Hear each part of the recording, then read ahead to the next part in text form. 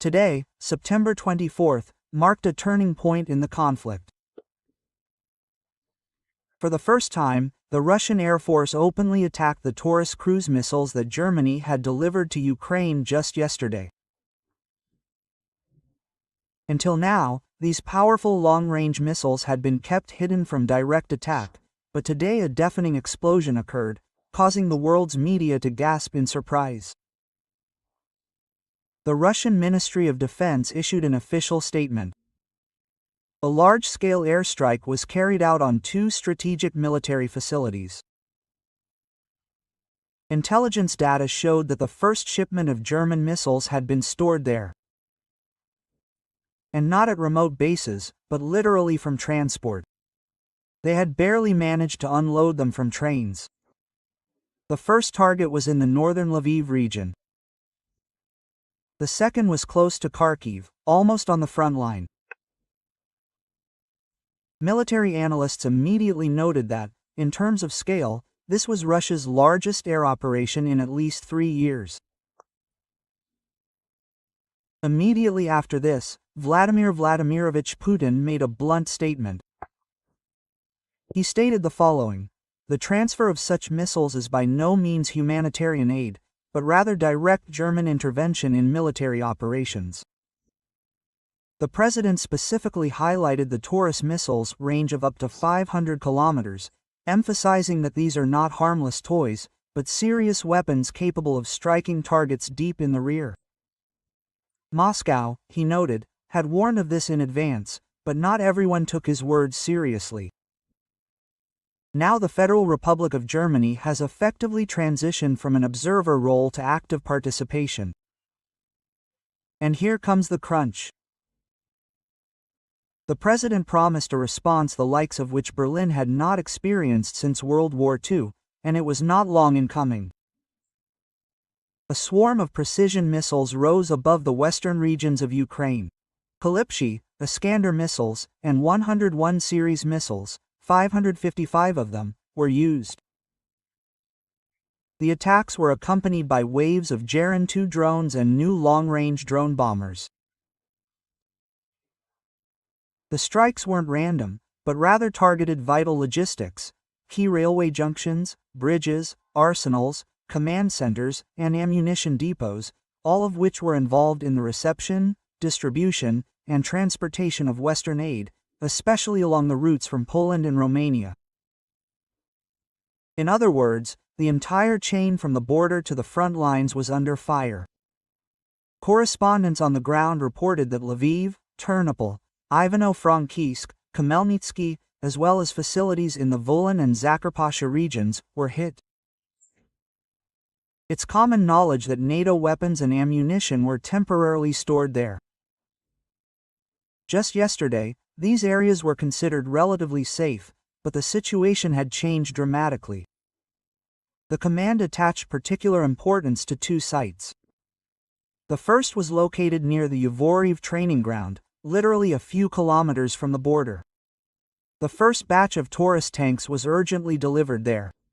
The second was the Chuhuyevo district in the Kharkiv region, where, according to intelligence, preparations were already underway for the second stage, the actual combat use of the missiles.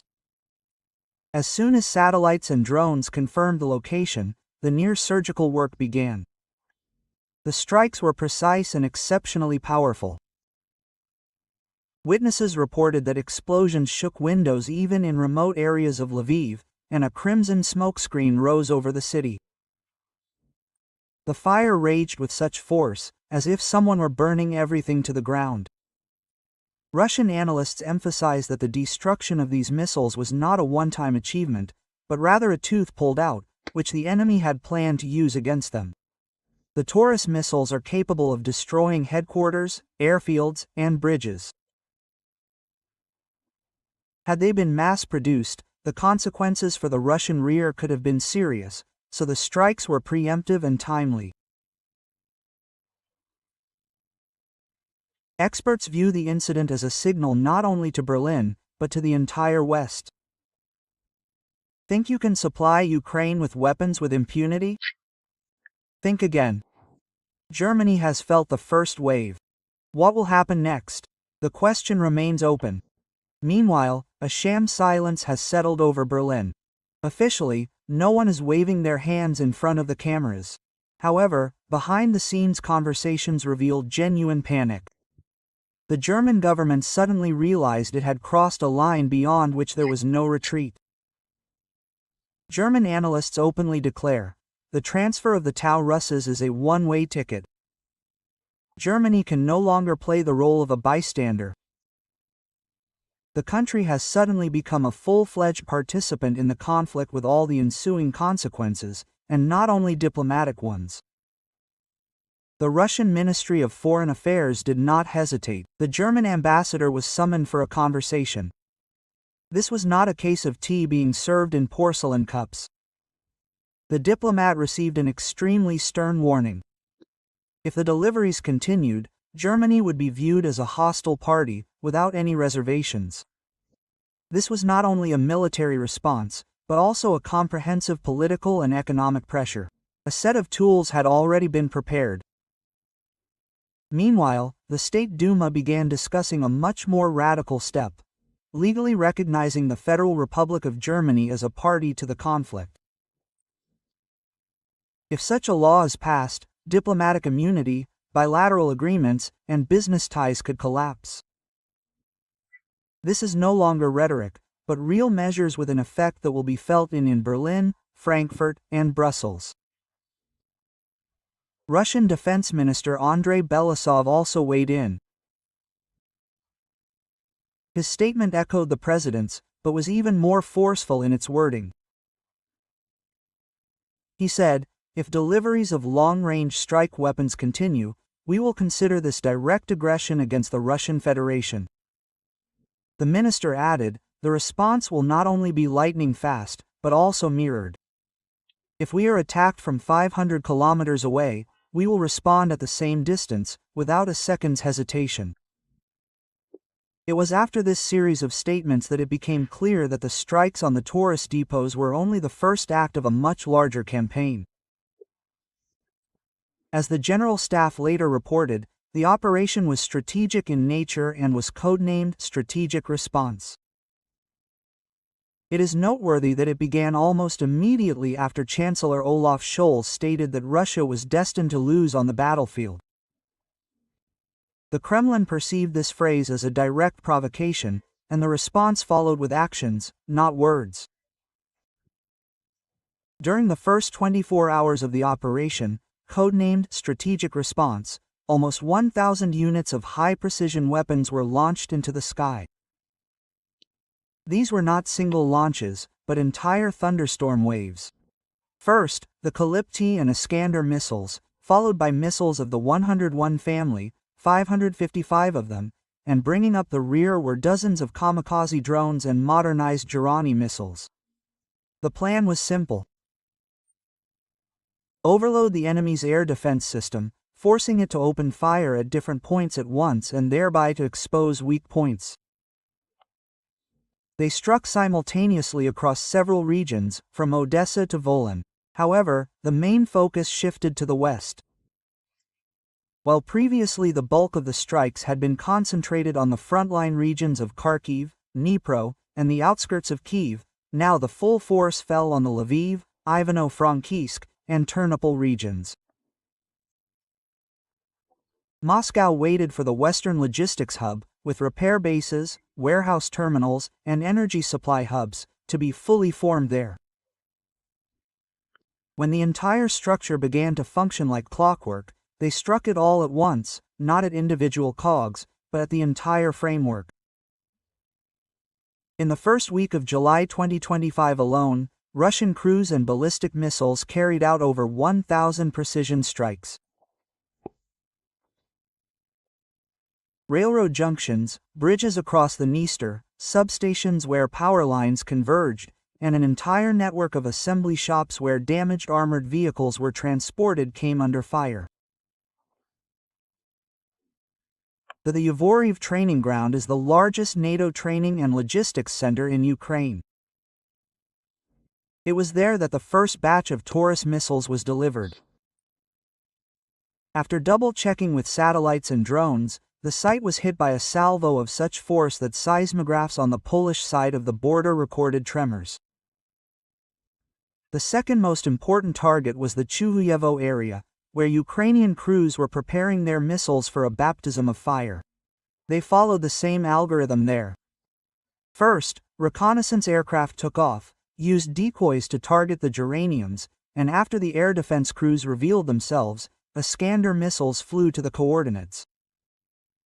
Local residents reported that the earth literally hummed, and the fiery glow was visible tens of kilometers away. At the same time, an operation to mow down Western air defense systems was unfolding in the west of the country. Lviv had long been considered a city under an impenetrable dome. Patriots, French Aris and Scandinavian NOSAMs, formed a dense network. Radars and launchers. However, Russian forces played a trick. First, conventional, low-noise UAVs collected a radar image. Then, the Geranis acted as bait.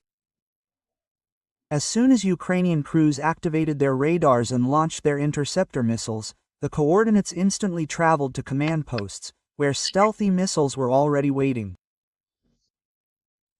The result: a significant portion of the western air defenses in the Lviv area was knocked out, and the corridor from the Polish border to the first Ukrainian supply stations was effectively exposed.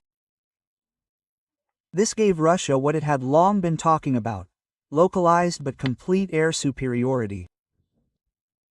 Now, weapons convoys are tracked almost in real time, and strikes are carried out not at unloading sites, but directly on the march. According to independent analysts, 40 to 60% of all Western aid is destroyed before it reaches the front. And we're talking about the most valuable assets: heavy armored vehicles, long-range munitions, and elements of modern air defense systems. This has caused a nervous silence in European capitals. Officially, the defense ministers of Germany and Poland are responding with the phrase, "We are closely monitoring." But unofficially, diplomats are complaining, the usual pattern: the deep rear has been erased. Routes through Slovakia or Romania are not helping the situation. Russian intelligence has expanded its radius of control and is striking wherever it can. The logistical map that Brussels has relied on for the past 2 years has become irrelevant in a matter of weeks. For Ukraine, the blow has been twofold. On the one hand, hundreds of infrastructure facilities have been destroyed: bridges, energy hubs, repair plants.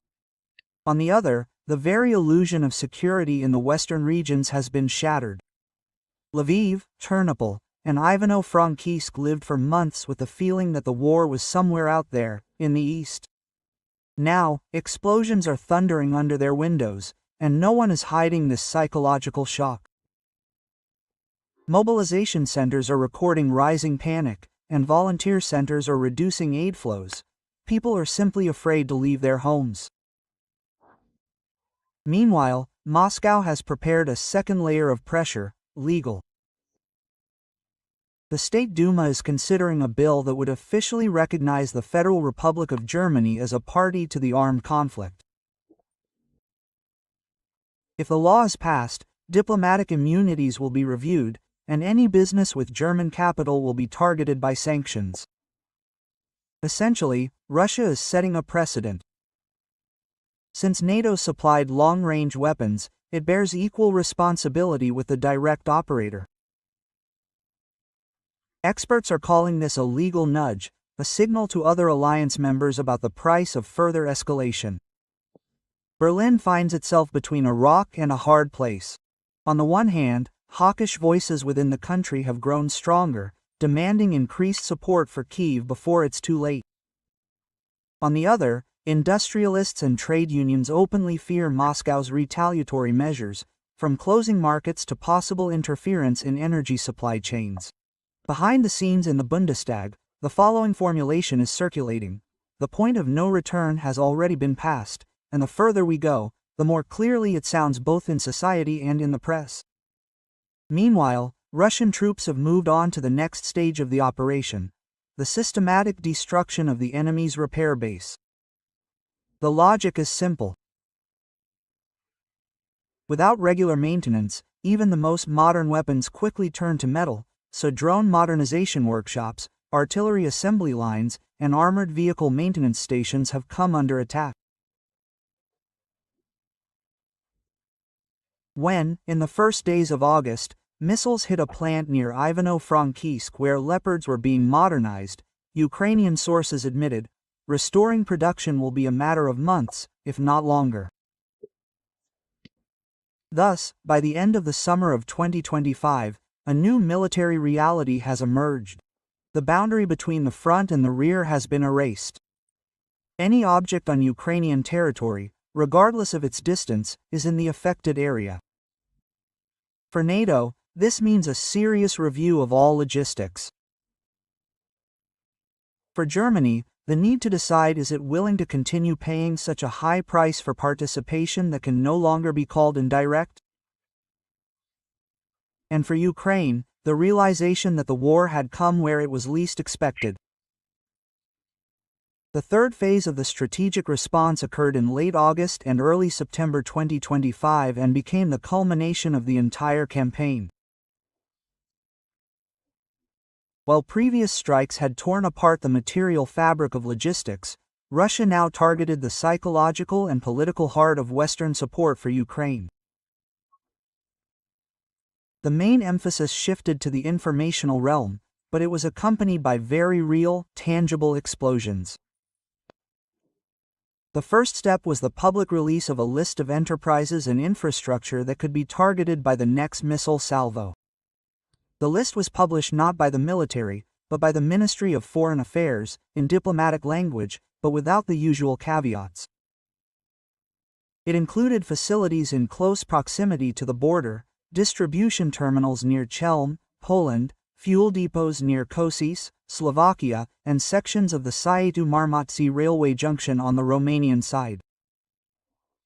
Moscow thus made it clear that it was prepared to expand the geography of strikes if the flow of weapons continued. The pressure from Europe will not subside. This target list had the effect of a cold shower in Brussels, where they had long assumed that the alliance's territory would remain beyond the red line. Simultaneously, a large-scale cyber operation was launched. Overnight, several logistics platforms through which NATO tracked the movement of equipment in Ukrainian territory went down. The failure hit hard. Convoys were stuck on roads without clear routes. Accounting systems stopped showing actual ammunition stockpiles. A portion of the documentation leaked into the public domain, citing calculations showing that only 1 in 3 heavy weapons reached the line of contact.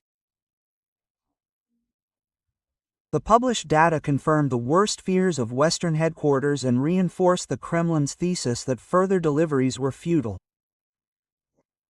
Meanwhile, routine targeting continued on the battlefield. On the night of September 3–4, a couple dozen Iskander missiles departed across the bridges over the Dniester and southern Bug, completely cutting off southern fuel supply routes. The next morning brought news from Chernivtsi. A reserve ammunition depot, where Western artillery was stored before being distributed to the front, ceased to exist after being struck by 3 X-101 missiles. The strikes were so precise that nearby residential areas suffered only broken windows and knocked out doors, but the depot itself was reduced to a blazing crater. Following this, Kyiv authorities announced a temporary suspension of train service on most western routes, and the Ukrainian Ministry of Infrastructure openly acknowledged that restoring the network would require not a week or even a month, but a complete overhaul of all logistics. The Ukrainian president appealed to his allies to expedite the delivery of medium-range air defense systems. However, just 24 hours later, the British newspaper The Guardian, citing sources in the UK Ministry of Defence, wrote, "No country is ready to send new systems until there is clarity on how to ensure their security on Ukrainian territory." London effectively made it clear that no one would risk expensive batteries that could be destroyed within hours of unloading. Meanwhile, political impasse set in Berlin. The Liberal coalition split. Some members demanded an immediate moratorium on all deliveries to Ukraine. The other half insisted on continuing the course, arguing that backing down under pressure from Moscow would ruin Germany's reputation as a reliable partner. Behind the scenes in the Bundestag, the idea of initiating a parliamentary investigation began to circulate. This investigation would answer the question: who exactly lobbied for the transfer of the Taurus missiles, despite the warnings of several military experts? The threat of a government crisis effectively became a pressing issue. Russian diplomacy, meanwhile, shifted to targeted engagement with Eastern European countries. The ambassadors of Poland, Slovakia, and Romania were given notes detailing possible economic countermeasures, from increased customs tariffs on cargo flows to restrictions on energy transit. Without making a direct threat, Moscow hinted that anyone who became a key transit country for long-range weapons would join the German liability package.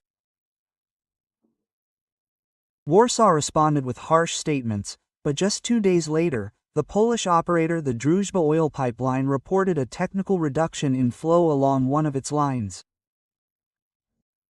Coincidence or not, the signal was read correctly. Meanwhile, fatigue was growing on Ukrainian streets. Power in some regions was running on schedule: 16 hours without power, 8 hours with interruptions. Mobile internet was intermittent due to damage to main lines. Volunteers recorded new waves of internal displacement. Now people were leaving not frontline Kharkiv or Zaporizhia, but Lviv, Lutsk, and Uzhhorod.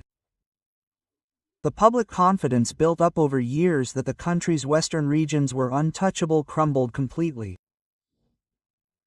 By mid-September, the strategic response entered a phase that the Russian military itself called a background pressure regime. This involved regular, but smaller-scale strikes, the purpose of which was to prevent the restoration of supply chains. As soon as the Ukrainian side attempted to establish a temporary crossing or begin repairs to a substation at the facility, another kamikaze drone or a guided aerial bomb would arrive. This approach didn't require thousands of missiles per day, but it kept logistics in a state of chronic paralysis. And just when it seemed the escalation had reached its limit, a completely new factor entered the information space: domestic political debates in the NTO countries. Paris began talking about the need to carefully weigh any new aid package. Rome proposed a formula for aid without offensive weapons. And even in Washington itself, it was said, the United States cannot ignore the risks of direct conflict. These phrases would have been considered unbelievable just recently, but they were heard.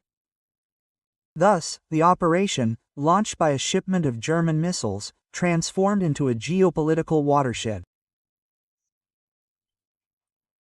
Russia demonstrated its ability not only to strike targets throughout Ukraine but also to change the rules of the game for those trying to wage a proxy war.